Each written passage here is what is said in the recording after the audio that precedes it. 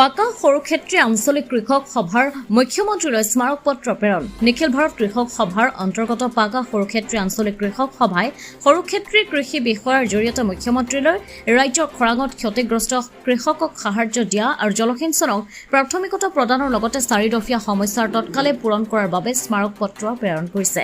খৰাঙত ক্ষতিগ্ৰস্ত খেতিয়কক উপযুক্ত ক্ষতি দিয়া, শস্য বীমা আঁচনিৰ জৰিয়তে খৰাং পীড়িত লোকসকলক সামৰি লোৱা, ক্ষতিগ্ৰস্ত কৃষকক ৰবি শস্যৰ মাটি কৃষি বিভাগৰ জৰিয়তে বিনামূলীয়াকৈ সহায় দিয়াৰ ব্যৱস্থা কৰা, সাৰ বীজ ঔষধ আদি ৰেহাই মূল্যত যোগান ধৰা, সকলো কৃষি ভূমিক জলসিঞ্চনৰ আওতাত সামৰি লোৱা, বন্ধ আৰু অকামিলা হৈ থকা সৰু বৰ সকলো জলসিঞ্চন প্ৰকল্প অতি শীঘ্ৰে চালু কৰা, MGNREGAৰ জৰিয়তে ক্ষতিগ্ৰস্ত খেতিয়কক কাম দিয়াৰ ব্যৱস্থা কৰা আদি দাবীৰে পৰিৱেশ উত্তাল কৰি তোলা দেখিবলৈ পোৱা গৈছে।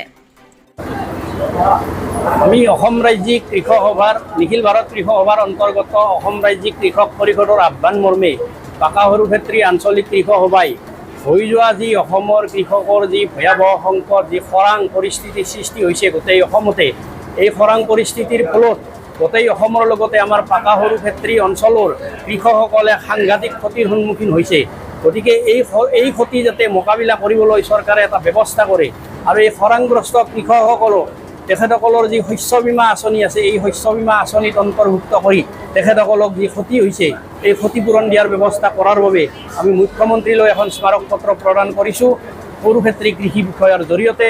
তাৰ লগে লগে যি আমাৰ MGNREGA, এই MGNREGAৰ জৰিয়তে ক্ষতিগ্ৰস্ত কৃষকসকলক কাম দিয়াৰ কাৰণে আমি দাবী উত্থাপন কৰিছোঁ আৰু লগে লগে আগতীয়াকৈ ৰবি শস্য আৰু সাৰ বীজ আজি দিয়াৰ কাৰণে ৰবি শস্যৰ খেতি কৰাৰ বাবে কৃষকসকলক যাতে চৰকাৰৰ ফালৰ পৰা বিনামূলীয়াকৈ মাটিবিলাক সহায় দি তেখেতসকলক উপযুক্ত বীজ, সাৰ, ঔষধ আদি যোগান ধৰে, এই এটা দাবী উত্থাপন কৰিছোঁ। গতিকে আমি কেইবাটাও দাবী লৈ আজি মুখ্যমন্ত্ৰীলৈ নিখিল ভাৰত কৃষক সভাৰ পাকা সৰুক্ষেত্ৰী আঞ্চলিক কমিটিৰ তৰফৰ পৰা সৰুক্ষেত্ৰী কৃষি বিষয়াৰ জৰিয়তে আমি এখন স্মাৰক পত্ৰ প্ৰদান কৰিছোঁ।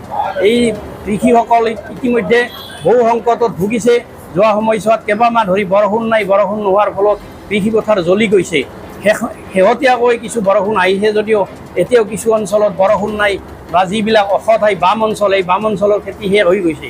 গতিকে এই খৰাংগ্ৰস্ত কৃষকসকলক ক্ষতিপূৰণ দিয়াৰ বাবে আমি দাবী উত্থাপন কৰিছোঁ।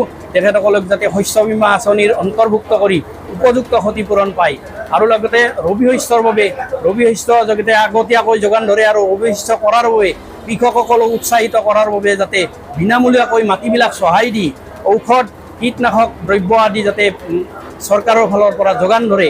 তাৰ লগে লগে MGNREGAৰ জৰিয়তে যিসকল কৃষক ক্ষতিগ্ৰস্ত হৈছে এই কৃষক আৰু কৃষি শ্ৰমিকখিনিক যাতে MGNREGAৰ জৰিয়তে কাম দি তেখেতসকলৰ আৰ্থিক অৱস্থা কিছু সচ্ছল হয় তাৰ ব্যৱস্থা যাতে চৰকাৰে কৰে। ইতিমধ্যে গোটেই অৰ্থনৈতিক ব্যৱস্থা গোটেই ভাঙি পৰিছে, কৃষকসকলৰ অৰ্থনৈতিক অৱস্থা সংকটজনক অৱস্থালৈ গুচি গৈছে। গতিকে কৃষকসকল যদি বাচি নাথাকে, কৃষি যদি বাচি নাথাকে, দেশ নিশ্চিতভাৱে বাচি নাথাকিব। গতিকে কৃষি বচোৱাৰ স্বাৰ্থত, কৃষক বচোৱাৰ স্বাৰ্থত চৰকাৰে যাতে এটা ভাল পদক্ষেপ গ্ৰহণ কৰে তাৰ বাবে আমি চৰকাৰক আবেদন জনাইছোঁ। ধন্যবাদ। বনিয়াকুছিৰ পৰা নৱজিৎ নাথৰ ৰিপৰ্ট, অমৃত নিউজ 24/7। অমৃত প্ৰবাহ অসমীয়া সাপ্তাহিক কাকতৰ